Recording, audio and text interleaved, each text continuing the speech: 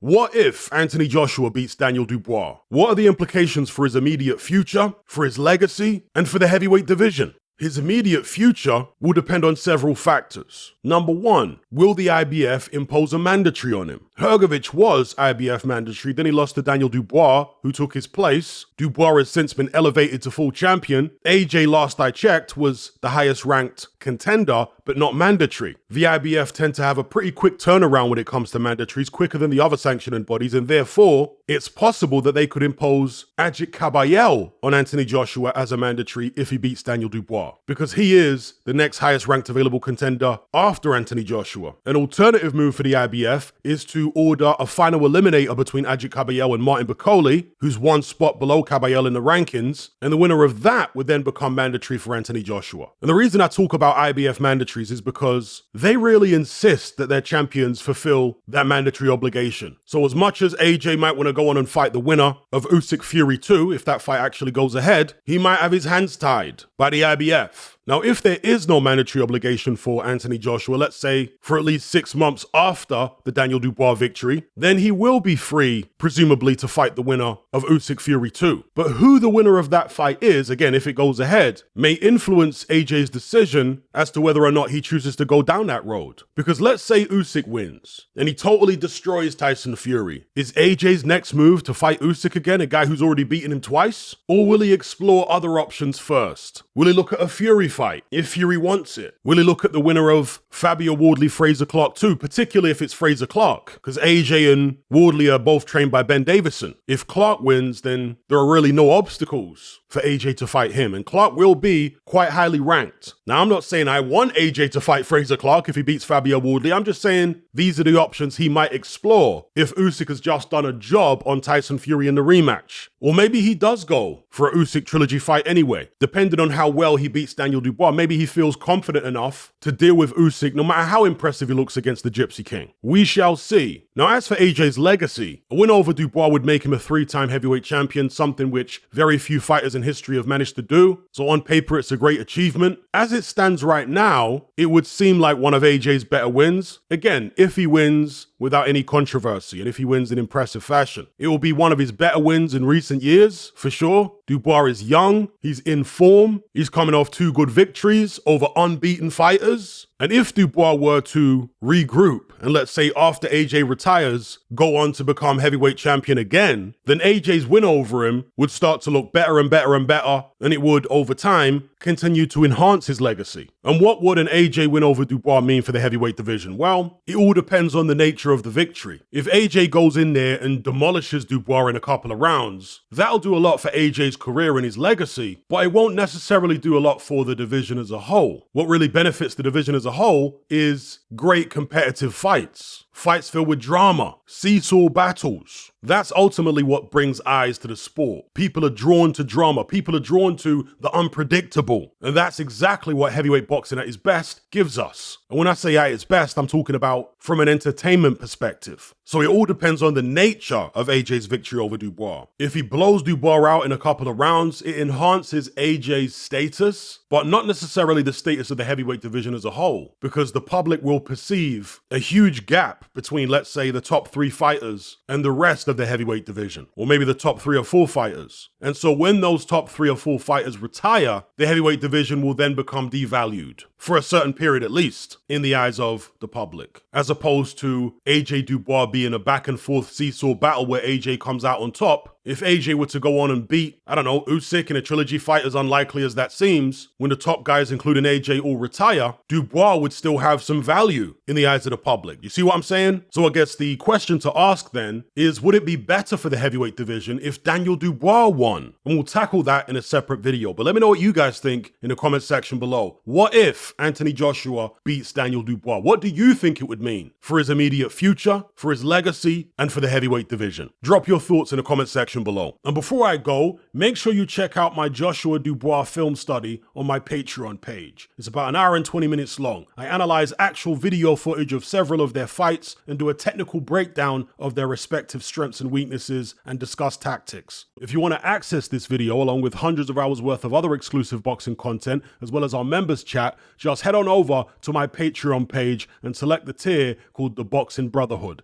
There's no contract, no commitment. You can cancel at any time, just like Netflix, but it's a hell of a lot cheaper. Just download the app from the Play Store or the App Store. All the links are in the description box below.